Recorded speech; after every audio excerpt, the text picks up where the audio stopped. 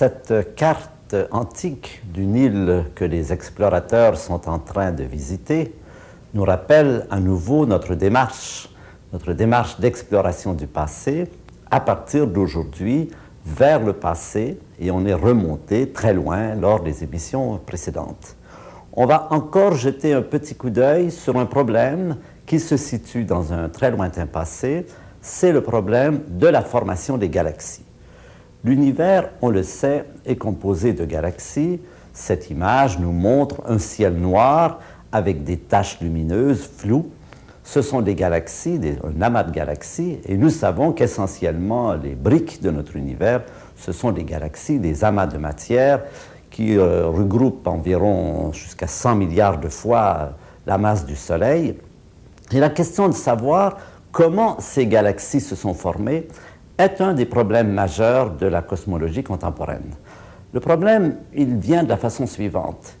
Le rayonnement fossile nous a montré que quand l'univers avait 3000 degrés environ, la matière de l'univers, qui était homogène, qui était diluée de façon tout à fait homogène dans l'univers, ne contenait apparemment pas de ce qu'on peut appeler des graines de galaxies ou des germes de galaxies.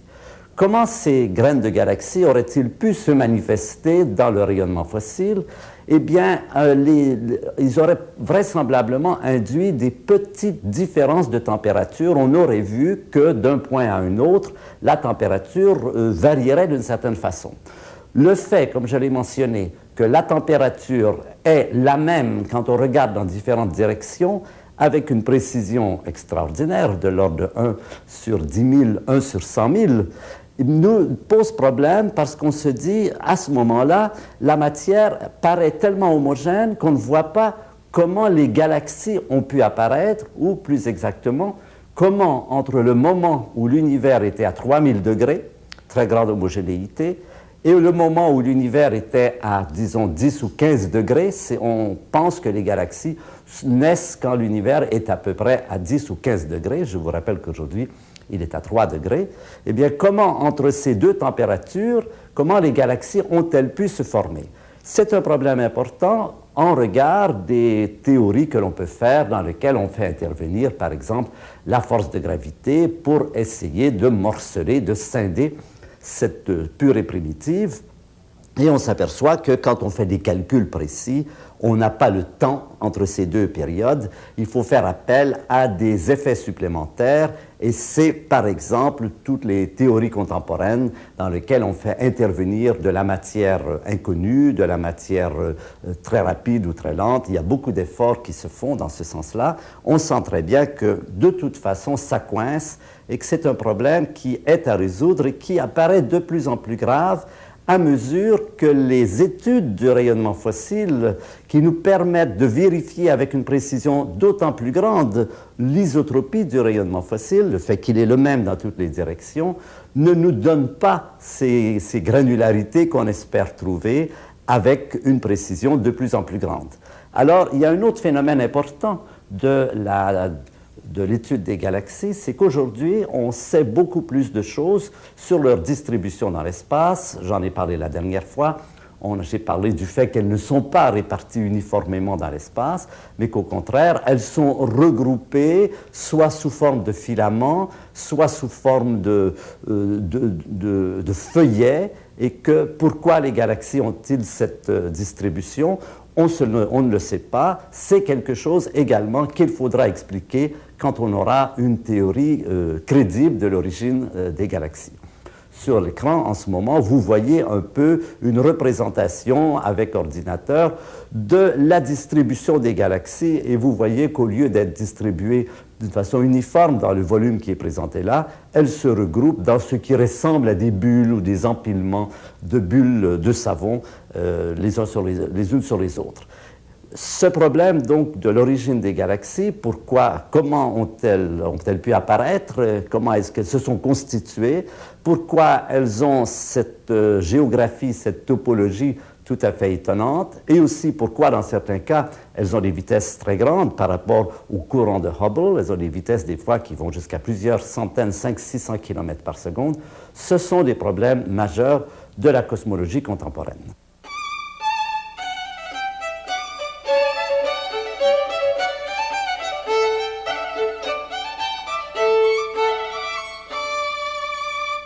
Avec ce problème de l'origine des galaxies, nous terminons notre exploration du lointain passé de l'univers et nous revenons maintenant à notre pyramide de la complexité, c'est-à-dire nous allons essayer de comprendre comment l'univers qui était dans ce lointain passé en bas de la pyramide ici, il n'y avait pas d'autre chose que les particules qui sont mentionnées là, comment progressivement se sont élaborés tous ces systèmes de plus en plus complexes et de plus en plus performants. J'ai mentionné dans une leçon précédente comment, quand l'univers a environ quelques microsecondes, quelques millionièmes de secondes, les quarks se combinent pour donner les neutrons et les protons. On a vu aussi comment, un peu plus tard, les neutrons et les protons se combinent pour donner quelques atomes, l'hélium et le lithium, mais il nous reste bien sûr à comprendre comment se sont formés tous les autres atomes, en particulier le carbone, l'azote, l'oxygène, le fer, le silicium, qui sont tellement importants pour l'élaboration des planètes et pour l'élaboration de la complexité. Alors le chapitre que nous commençons aujourd'hui pourrait s'appeler « Pourquoi les étoiles brillent et pourquoi les étoiles fabriquent de nouveaux atomes ?» Quels sont les mécanismes physiques qui vont amener les étoiles à avoir à la fois ces deux comportements? Ça va être un peu plus difficile. Ceux qui ne sont pas tout à fait à l'aise dans les notions physiques peuvent peut-être prendre un congé pour quelque temps. Ça va faire appel à des notions un peu plus difficiles, mais je crois que c'est essentiel et c'est passionnant. On comprend maintenant comment ça se passe à l'intérieur des étoiles et c'est ça que nous allons chercher à élucider. Alors, une étoile, c'est quoi? Eh bien, une étoile, c'est une masse de gaz. C'est une masse de gaz. Et une masse de gaz, évidemment, c'est soumis à la gravité. C'est une masse de gaz a tendance à s'effondrer sur elle-même parce que, d'une part, il y a la gravité et d'autre part, ça n'est pas solide. La Terre ne peut pas s'effondrer sur elle-même malgré l'attraction des différentes parties de la Terre les unes pour les autres parce qu'il y a la rigidité des pierres qui empêche la Terre de s'effondrer. Pour une étoile, c'est différent. Et je présente ici un schéma qui va un peu illustrer comment une étoile fait pour tenir malgré la gravité. J'ai représenté ici, ça pourrait être une très grande masse gazeuse, aussi bien un nuage interstellaire comme ceux qu'on a vus qu'une étoile, simplement une grande masse gazeuse dont on ne voit ici qu'une tranche, ça nous suffit pour comprendre ce qui va se passer. Alors, dans cette masse gazeuse, prenons un élément de cette masse, un petit volume qui contient du gaz, et on va essayer de voir à quelles sont les forces qui agissent sur cette masse de gaz. Eh bien, il y a d'abord une force de gravité, parce qu'il y a beaucoup de matière dans cette direction ici, et la force de gravité aura tendance à amener cet élément vers le bas, vers le centre de cette masse gazeuse. Si on parle d'un nuage froid, d'un nuage interstellaire comme ceux qu'on a vus, cette tendance va immédiatement se trouver accomplie, c'est-à-dire que la masse de gaz va tomber vers l'intérieur et c'est ce qui amène les grands nuages à se condenser, simplement cette attraction mutuelle de chacune des parties. La masse de gaz s'effondre. Mais en s'effondrant, il se produit un phénomène, c'est que la matière, cette avalanche de matière vers le centre, dégage de la chaleur. Et progressivement, cette chaleur a pour effet de rendre le centre, d'amener le centre à une température très élevée, et les parties extérieures à des températures également élevées, mais moindres. Donc il y aura entre le centre de cet objet et la surface un gradient de température. La température va être plus élevée ici et plus faible là. Cette température va créer ce qui s'appelle une pression thermique. Le gaz va être plus chaud, les particules vont aller de plus en plus vite, et cette pression thermique va avoir pour effet de créer une force dans la direction opposée. Et une étoile, comme le Soleil, c'est un objet, un astre, dans lequel, à chaque point de l'espace, la force de gravité est exactement compensée par la pression thermique, de sorte que les éléments restent stables, restent à leur place. Le Soleil, on le sait, existe depuis longtemps. On évalue son âge à 4 milliards 500 millions d'années. Depuis cette période, chaque point se trouve en équilibre entre ces deux éléments.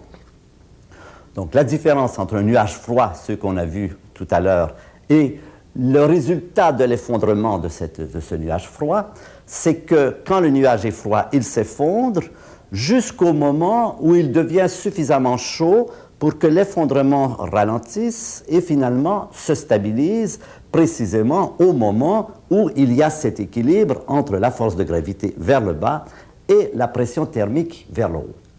Alors voilà donc pourquoi les étoiles sont chaudes. Si on se pose la question pourquoi les étoiles sont chaudes, c'est très exactement cela. Cette chaleur a été dégagée par l'effondrement. Une étoile peut sembler pouvoir rester indéfiniment dans cet état. On peut se dire pourquoi est-ce que cet état ne va pas durer indéfiniment puisqu'il y a équilibre entre les deux. Alors là, il y a un petit problème pour l'étoile. C'est que l'étoile, elle brille. Comme elle brille, l'étoile est chaude. Les corps chauds brillent. Donc l'étoile brille, et plus les étoiles sont chaudes, plus elles brillent. Ce fait de briller a pour effet qu'elle perd de l'énergie. Elle perd de l'énergie vers l'extérieur et on pourrait penser que cette diminution de l'énergie de l'étoile va se négocier en termes d'une diminution de la température au centre. Donc, cette étoile, après un certain temps, ne serait plus en moyen de contrebalancer cette force de gravité. C'est bien ce qui se passe. L'étoile perd de l'énergie et, je me dis entre guillemets parce que je vais le reformuler un peu mieux tout à l'heure, tout se passe comme si le centre se refroidissait. Si le centre se refroidit, qu'est-ce qui se passe? Eh bien, l'étoile va se contracter un peu plus. Et tout au long de sa vie, à cause de cette perte d'énergie, l'étoile va continuellement se contracter pour arriver à être toujours en équilibre malgré cette perte continuelle d'énergie. En fait, plus exactement, l'étoile ne se refroidit jamais. Elle se contracte tout juste pour arriver à maintenir son équilibre. Et le résultat net de cet équilibre, c'est qu'au lieu de se refroidir, elle se réchauffe. C'est-à-dire que cet effondrement va produire une quantité d'énergie, une partie de l'énergie qui vient de cet effondrement va réchauffer l'étoile et l'autre partie va être émise sous forme de lumière. Alors, vous voyez qu'une étoile, ça se comporte d'une façon assez étrange par rapport aux objets que nous connaissons.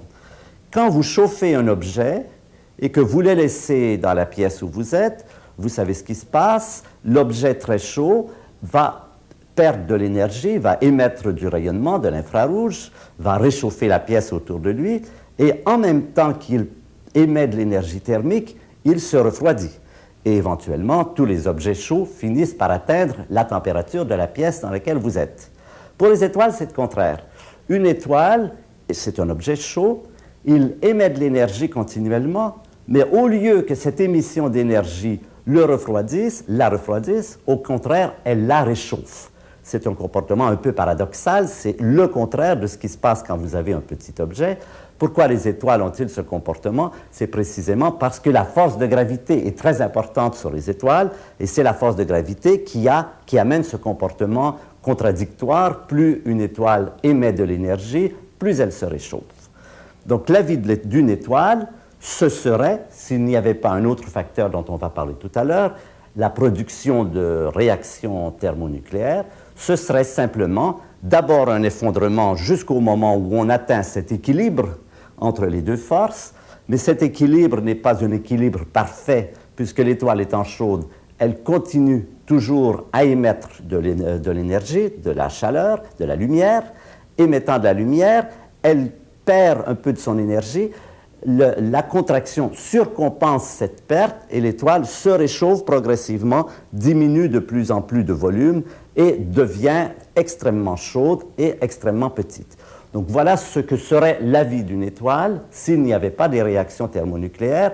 On dit qu'une étoile vit à partir d'une source d'énergie gravitationnelle. C'est un grand mot pour dire que ce qui fait que l'étoile brille, c'est la force d'attraction qui produit la chaleur, et cette chaleur produit la lumière. Cette lumière, une partie est émise, et l'étoile brille donc à cause.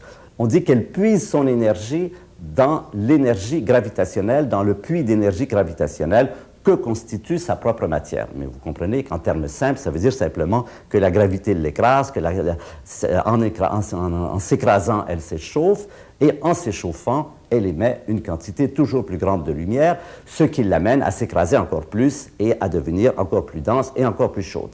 Donc ça serait la vie d'une étoile s'il n'y avait pas un autre facteur qu'on va aborder maintenant, qui est le fait que quand il fait très chaud, il y a des réactions nucléaires, on appelle des réactions thermonucléaires parce qu'elles sont engendrées par la chaleur, et que ces réactions thermonucléaires vont changer considérablement le cours de la vie d'une étoile.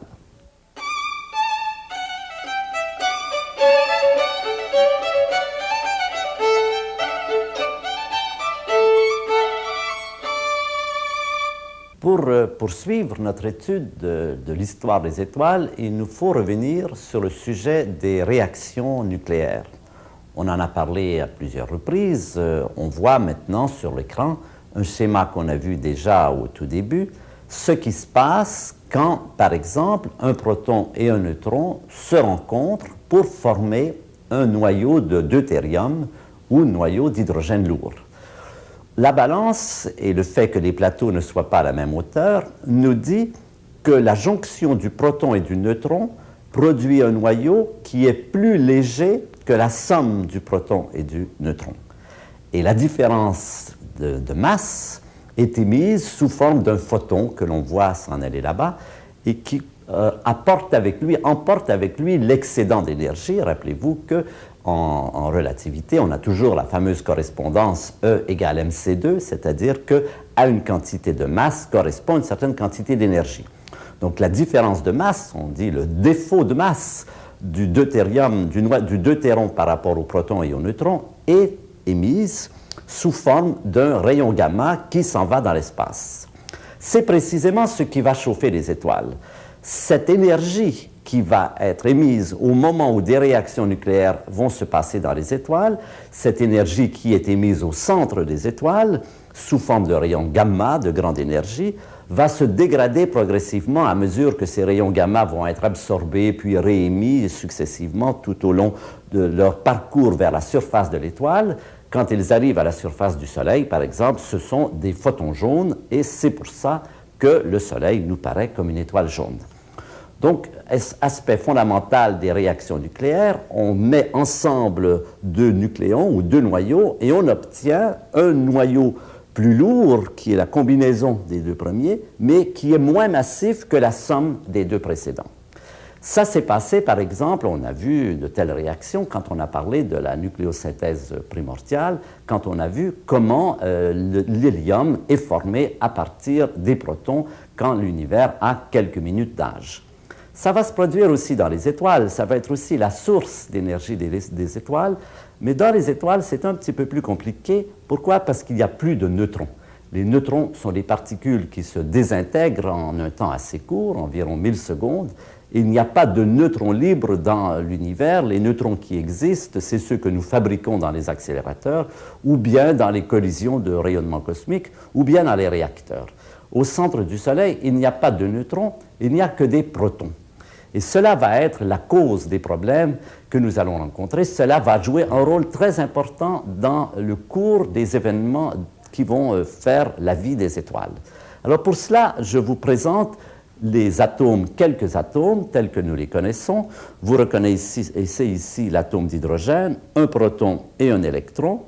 Le deutérium, un proton, un neutron et un électron. Et puis ensuite l'hélium, nous y viendrons tout à l'heure.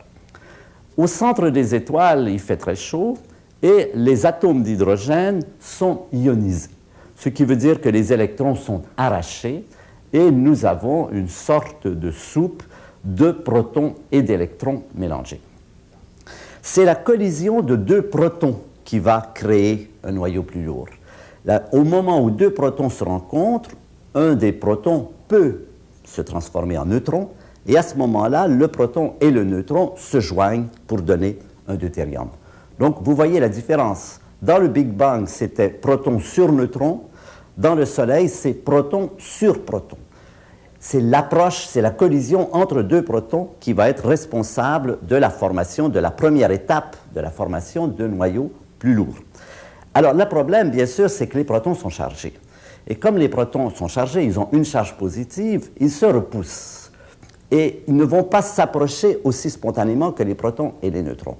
Or, pour qu'une réaction nucléaire se produise, il faut que deux particules non seulement s'approchent, mais pratiquement en viennent à se toucher. En d'autres mots, la force nucléaire entre deux particules éloignées, elle est pratiquement nulle. Ça n'est que quand les particules se touchent que la force nucléaire entre en action et qu'ils peuvent se joindre. Alors le problème, ça va être d'amener deux protons à se toucher malgré la répulsion qui existe entre les deux.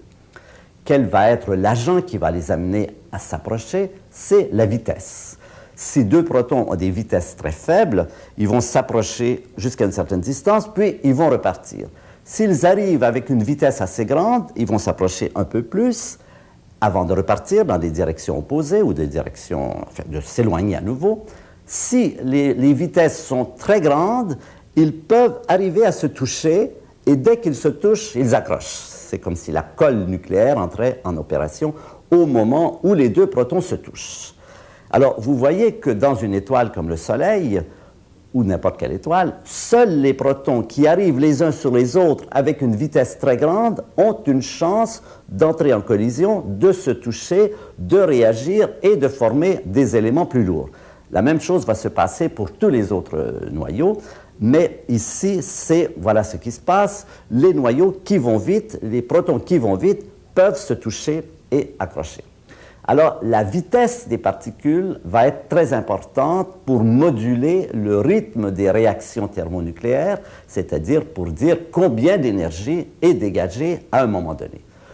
On va expliciter cela en regardant plus en détail quelle est la vitesse des particules dans une étoile.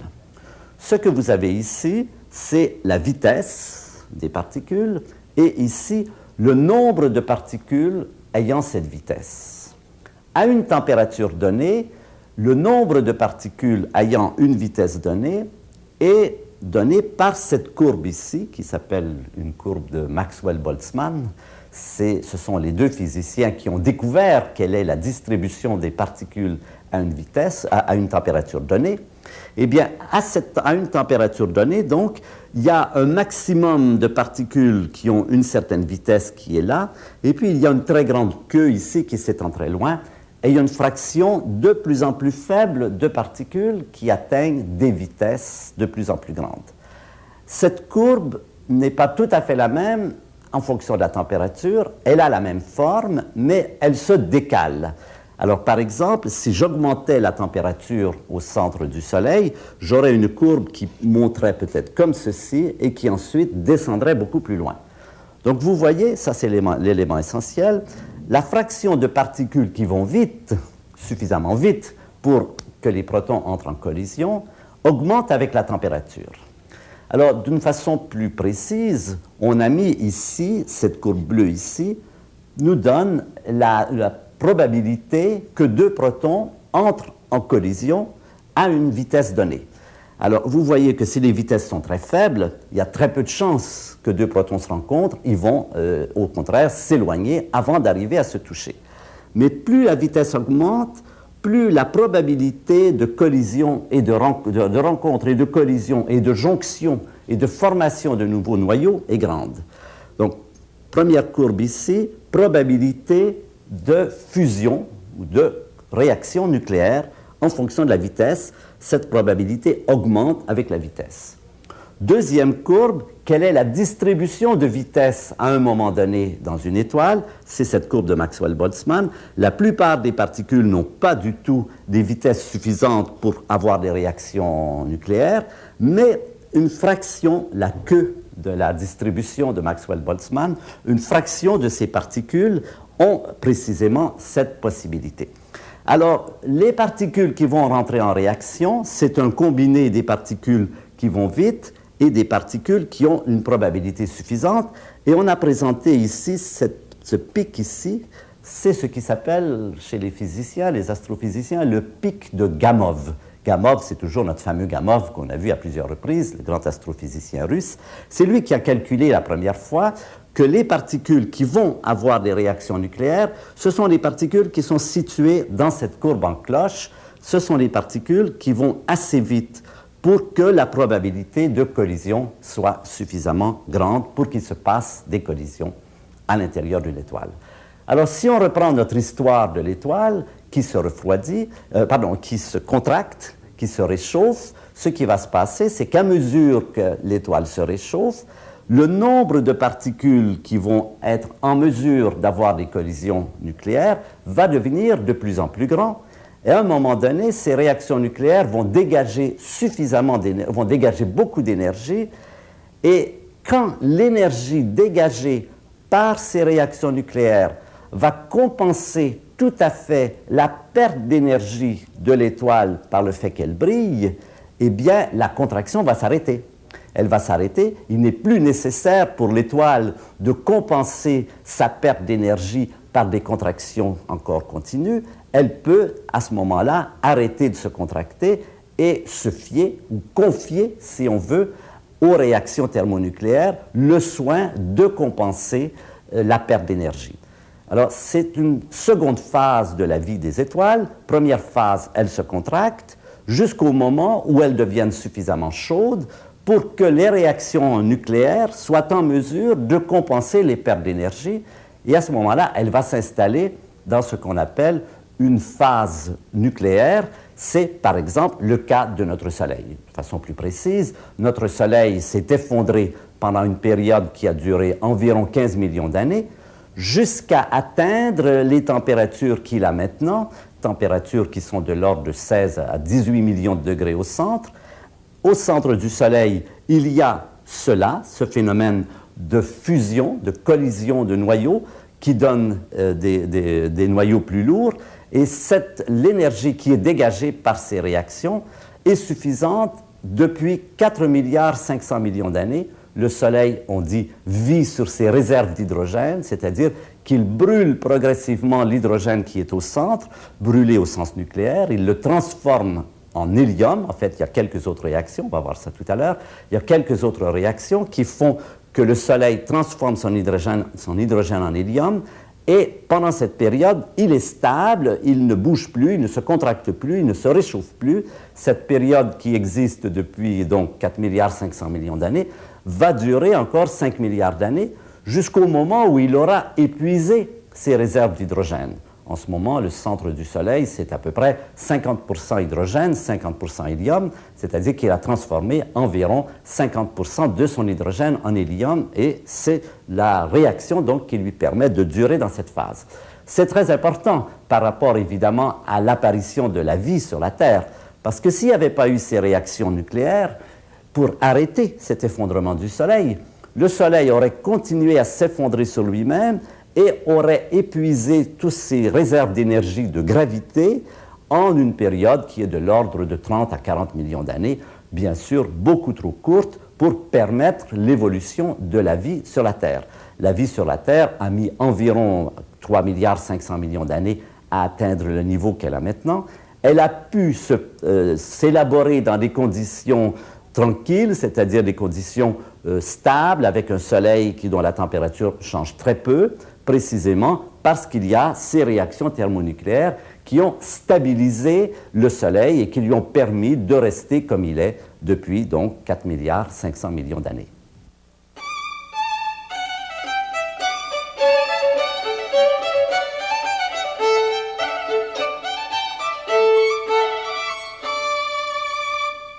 Les protons qui ont des vitesses suffisamment grandes, ceux qui se trouvent ici dans la queue de la distribution, peuvent se combiner, se toucher pour produire des noyaux de deutérium.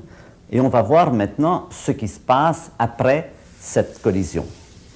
Nous retrouvons ici nos diagrammes dans un plan dans lequel ici on a mis le nombre de neutrons et ici le nombre de protons. Alors, deux hydrogènes, deux protons se combinent et vont donner un noyau de deutérium qui est l'hydrogène lourd, un proton et un neutron. À partir de là, ce noyau de deutérium peut rencontrer soit un proton et un neutron et devenir soit un hydrogène encore plus lourd qui s'appelle, un hélium léger, l'hélium 3 qui est ici. Et cet hélium 3 peut à son tour, par des réactions de capture, rencontrer d'autres particules, des protons ou bien d'autres héliums, et devenir de l'hélium 4.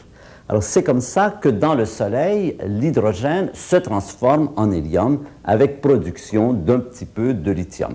Mais en gros, ça c'est très faible. Le bilan net de la vie du Soleil, c'est la transformation de 4 protons par des moyens qui passent par ici, par les chemins qui passent par ici, en un noyau d'hélium 4. Et un noyau d'hélium 4, c'est passablement moins massif, c'est presque 1%. La différence de masse entre un noyau d'hélium 4 et la masse de 4 protons est de presque 1%.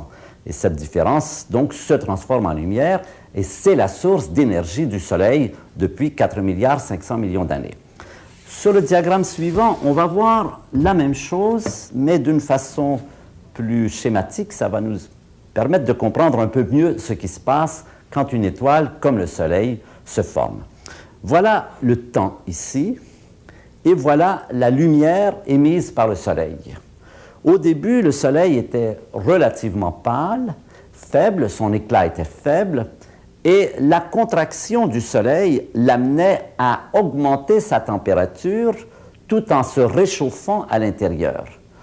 Cette courbe-ci présente le fait que le Soleil se réchauffait graduellement au cours des millions d'années. Ceci prend à peu près 15 milliards d'années entre ce point-là et ce point-là. Prend à peu près 15 millions d'années, pas 15 milliards, 15 millions d'années entre ce point-là et ce point-là. Et ici se passe la chose suivante.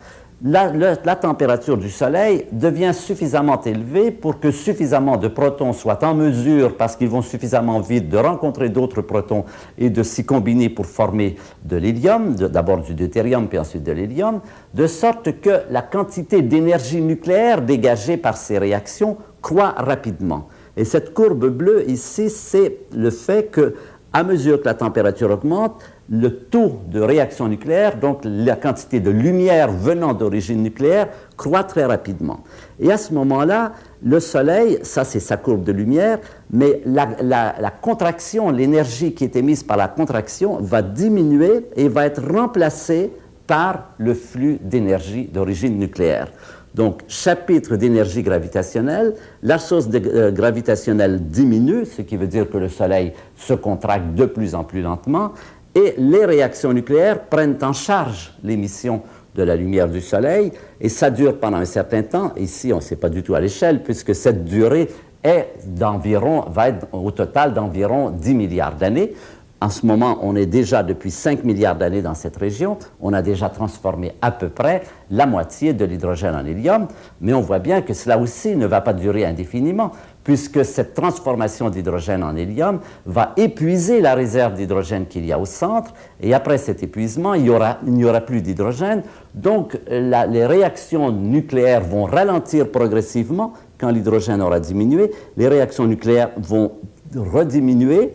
La lumière d'origine nucléaire va décroître, et l'étoile, qui est toujours obligée de compenser ses pertes, elle a toujours cette nécessité de compenser les pertes d'énergie qu'elle émet dans l'espace sous forme de lumière. L'étoile va reprendre, elle connaît la recette maintenant, elle sait quoi faire, elle se dit si l'énergie nucléaire me laisse tomber, je peux toujours revenir à mon mode précédent, le mode de contraction gravitationnelle. Elle va recommencer à se contracter, la partie centrale en tout cas va commencer à se contracter, et on va voir l'énergie gravitationnelle revenir et reprendre le dessus et redevenir le mode dominant.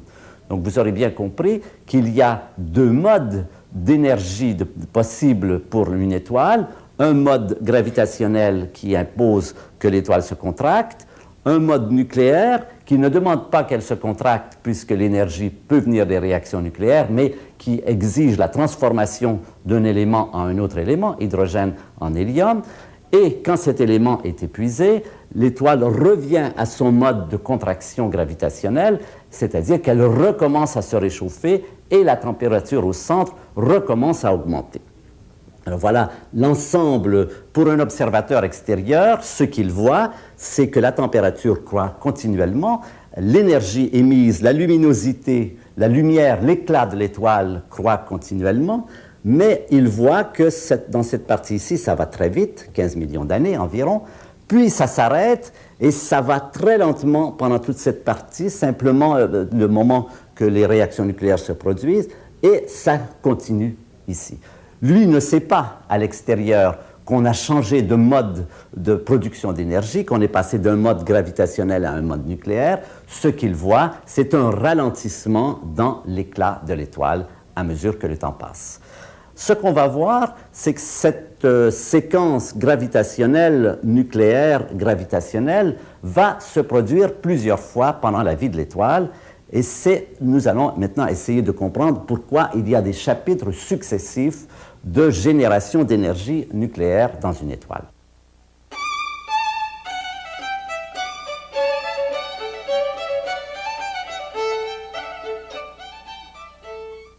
Pour poursuivre notre histoire, il nous faut revenir à la constitution atomique de la matière et nous rappeler certaines notions que nous connaissons très bien. Les atomes sont constitués de protons. L'hydrogène a un seul proton, l'hélium, 2 protons. Ce qui fait que maintenant, l'hélium, qui est au centre du Soleil, va devenir le carburant des étoiles. De la même façon que la collision de 2 protons peut créer un deutérium, dégager de l'énergie, et par cette séquence qu'on a vu produire de l'hélium, de même l'hélium, qui est en quelque sorte la cendre de cette fusion thermonucléaire, de la fusion de l'hydrogène, cet hélium, quand la température sera suffisamment élevée, va pouvoir lui-même entrer en réaction thermonucléaire et produire des éléments plus lourds. En fait, on va voir que la production d'éléments, ça va être ceci.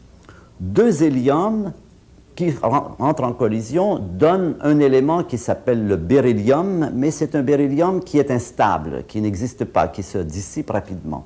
Il faut que 3 héliums entrent en collision, et cela va donner un noyau de carbone. Rappelez-vous que le carbone a 6 protons, l'hélium 2 protons, et dans certains cas, 4 héliums vont donner un oxygène, l'oxygène qui a 8 protons. Alors nous allons retrouver une situation tout à fait analogue à celle que nous avions auparavant, c'est-à-dire le problème d'amener 2 ou 3 héliums à entrer en collision les uns avec les autres. C'est le même problème que pour les protons, sauf qu'il est plus grave. Pourquoi il est plus grave?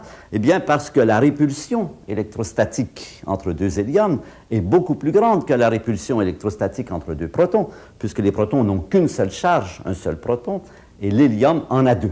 Donc on va retrouver le même problème avec une répulsion accrue, et on va le résoudre d'une façon tout à fait analogue en faisant appel à des particules qui vont de plus en plus vite. Il faudra que les vitesses soient encore plus grandes si on veut que les héliums puissent se rencontrer. Alors nous retrouvons une situation tout à fait analogue à celle que nous avions auparavant. Maintenant, l'étoile est beaucoup plus chaude. Après la fusion de l'hydrogène en hélium, l'étoile a recommencé à se contracter et elle est passée, au lieu de température de quelques millions de degrés, quelques dizaines de millions de degrés, pour le Soleil c'est 16 millions de degrés, elle va se réchauffer jusqu'au moment où il y aura suffisamment d'hélium qui vont suffisamment vite pour que les réactions thermonucléaires puissent se produire. Et cela va les amener à des températures qui sont de au moins 200 millions de degrés, 200 à 300 millions de degrés. À 200 à 300 millions de degrés, les vitesses moyennes des particules sont beaucoup plus grandes, mais elles sont toujours distribuées avec cette courbe de Maxwell-Boltzmann, mais en décalant, bien sûr, on est maintenant à des vitesses beaucoup plus grandes. De la même façon, la courbe qui nous présente la probabilité que 2 héliums se rencontrent est une courbe tout à fait analogue à celle de 2 protons, mais décalée vers des vitesses plus grandes puisque les répulsions électrostatiques sont beaucoup plus importantes. Donc on va retrouver un schéma tout à fait semblable, mais avec une échelle de vitesse différente. Et on va retrouver le pic de Gamow ici, et quand la température sera suffisamment élevée, la contraction de l'étoile, second chapitre de contraction, va ralentir puisque les réactions qui maintenant vont produire à partir de l'hélium, qui vont produire du carbone et de l'oxygène, ces réactions vont prendre en charge l'émission de l'énergie de l'étoile, des pertes de l'énergie causées par la lumière de l'étoile. Vous reconnaissez, c'est tout à fait analogue à ce qu'on avait auparavant entre hydrogène et hélium. Maintenant, nous avons hélium brûle, la masse de 3 atomes d'hélium est supérieure à la masse du noyau de carbone. Il y a un excédent de masse qui est émis sous forme de lumière, et la masse de 4 atomes d'hélium est plus grande que la masse de du noyau d'oxygène. Il y a aussi de la lumière qui est émise en excédent. Phénomène tout à fait analogue, simplement on est passé d'une première étape hydrogène-hélium et maintenant hélium-carbone-oxygène. Alors maintenant on peut voir quelle va être la séquence des événements pour l'ensemble de l'étoile. Il va y avoir période de contraction, période d'énergie nucléaire, transformation de l'hydrogène en hélium, période de contraction, période d'énergie nucléaire, transformation de l'hélium en carbone et en oxygène, et après? Eh bien après, ça va se passer d'une façon encore analogue. Quand on aura épuisé l'hélium au centre, le noyau de l'étoile sera composé de carbone et d'oxygène. Il faudra, ce carbone et cet oxygène peuvent également entrer en collision thermonucléaire, mais maintenant on a affaire à des particules beaucoup plus chargées.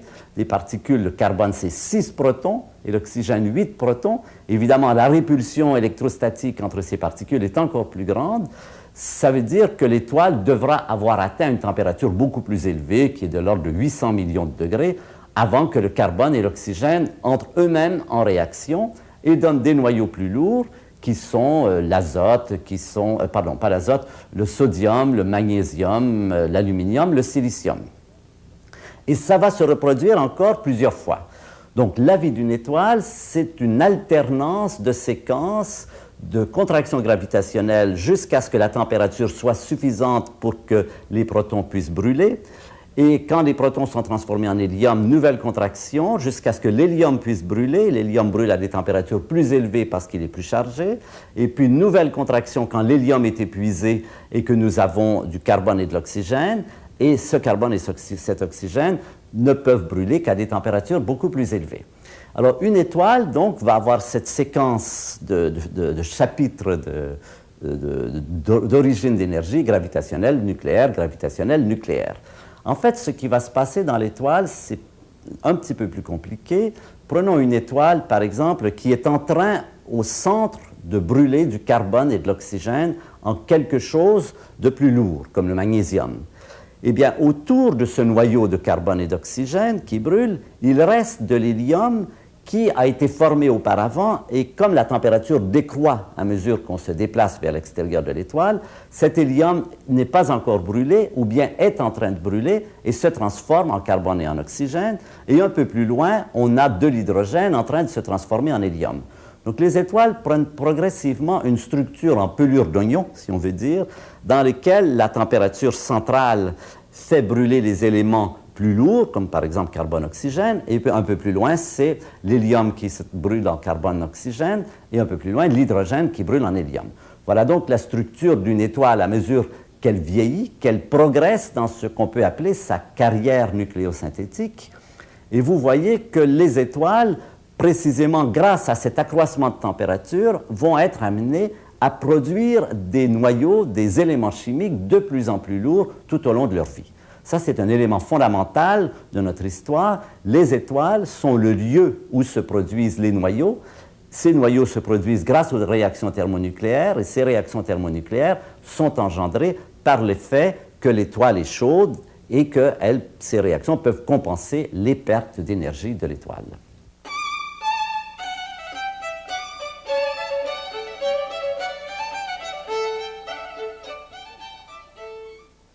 On peut également suivre l'histoire d'une étoile sur le plan des éléments chimiques, ce plan qu'on a vu déjà plusieurs fois, dans lequel on met ici le nombre de neutrons, ici le nombre de protons, et sur lequel on met tous les éléments stables tous les isotopes stables d'un élément chimique. On a vu qu'il y a 2 hydrogènes, qu'il y a 2 héliums, 2 lithium. Ici, il y a des éléments sur lesquels nous reviendrons, le beryllium, le bore. il y a 2 carbones, carbone 12, carbone 13. J'ai mis celui-là, c'est le fameux carbone 14, que tout le monde connaît. 2 azotes, 3 oxygènes, fluor, néon, sodium, magnésium, aluminium, silicium, et ça continue bien sûr jusqu'à l'uranium. Alors, l'histoire de l'étoile, l'histoire du Soleil passé et futur, peut se lire de la façon suivante. Le Soleil, on prend de l'hydrogène ici, celui-ci, le proton, et on le transforme en hélium, cet hélium-ci. C'est la première phase, c'est celle dans laquelle le Soleil, maintenant, est en train de brûler. Dans la seconde phase, on prend cet hélium, on combine 3 héliums pour donner un carbone 12, 4 héliums pour donner un oxygène 16. Et puis dans la phase suivante, cet oxygène 16, ce carbone 12, pardon, c'est le carbone qui va commencer, va se combiner avec lui-même pour donner là un bon nombre d'éléments qui vont de néon, sodium, magnésium, aluminium et silicium. Et plus tard, on reprendra ces éléments et on grimpera encore plus haut. C'est toujours cette séquence. Plus il fait chaud, plus les vitesses sont grandes, plus les répulsions électrostatiques qui sont importantes peuvent être vaincues par des collisions quand les vitesses sont suffisamment grandes, et plus on peut procéder à des fusions thermonucléaires d'éléments de plus en plus lourds. Ce plan, protons et neutrons, s'appelle dans la littérature le plan NZ. N pour dire nombre de neutrons, Z parce que généralement on nomme la charge, on lui donne le nom de Z. Carbone, c'est Z égale 6. Je dis cela parce qu'on va y revenir souvent. Ce plan NZ, donc, nous permet de raconter l'histoire de l'étoile en termes de ce qui se passe à l'intérieur. Mais je vais maintenant présenter un autre plan qui est d'une très grande importance, et ce plan est le suivant. Ça s'appelle le plan HR pour Hertzsprung-Russell. Ce sont 2 astronomes qui ont eu cette idée au début, et c'est un plan extrêmement commode pour comprendre l'évolution des étoiles. Là, on n'est plus dans le cadre des atomes, mais le cadre des étoiles telles qu'elles nous paraissent dans le ciel. Vous savez que les étoiles se présentent sous différentes couleurs. Il y a des bleus, des jaunes, des rouges, des oranges, des rouges. Il y a tout l'arc-en-ciel qu'on peut situer ici. Et également, elles se présentent avec des luminosités différentes. Ici, il y a une échelle de luminosité qui est l'échelle du Soleil. Une étoile qui est ici est une étoile qui aurait une luminosité égale à celle du Soleil, un éclat égal à celui du Soleil. Ici, 100 fois plus brillant, là, 10 000 fois plus brillant, là, 1/100e et là, 1/1000e. L'idée du diagramme Hertzsprung-Russell, c'est de prendre des étoiles, toutes les étoiles, quelles qu'elles soient, et de les mettre sur ce diagramme en fonction de leur couleur et de leur éclat. Par exemple, le Soleil, bien sûr, est une étoile orange. Ici, ça donne à peu près l'orange, et il a une fois la luminosité du Soleil, bien sûr, par définition. Une étoile comme Rigel, Rigel est une étoile que l'on trouve dans Orion, on la verra tout à l'heure, ou peut-être dans une autre leçon. Une étoile comme Rigel est une étoile bleue. On l'a présentée ici avec ce petit point bleu, et elle est beaucoup plus brillante que le Soleil, plus que 10 000 fois plus brillante que le Soleil. Bételgeuse, qui est une étoile également dans Orion, est une étoile rouge, on dirait une géante rouge, celle-ci des géantes bleues, est une étoile rouge qui est un petit peu moins brillante que Rigel, mais qu'on va placer dans cette région-ci du diagramme. Et toutes nos étoiles connues, Antares, que l'on voit très bien en été dans la direction du Scorpion, qui paraît rouge à l'œil nu, est également une étoile rouge. Aldébaran est orange, Arcturus, Capella, Altaïr, Sirius est là, elle est plutôt blanche, Vega est là. Et donc on peut, dans un tel diagramme, disposer toutes les étoiles dans une échelle de luminosité et de couleur. Quand ces 2 auteurs, messieurs Hertzsprung et Russell, ont fait ce diagramme, donc le diagramme HR, il y a eu quelque chose de tout à fait étonnant qui est arrivé. Ils se sont aperçus que les étoiles n'étaient pas distribuées uniformément dans un tel diagramme. Quand on met de nouvelles étoiles, on n'en met pas partout. Il y a des régions qui sont particulièrement peuplées et d'autres régions qui sont particulièrement vides. Et cette concentration d'étoiles dans certaines régions de ce diagramme et l'absence d'étoiles dans d'autres régions nous a raconté énormément de choses sur l'évolution des étoiles, l'interprétation de pourquoi il y a ces concentrations, nous a appris beaucoup de choses et c'est ce que nous allons essayer de voir maintenant.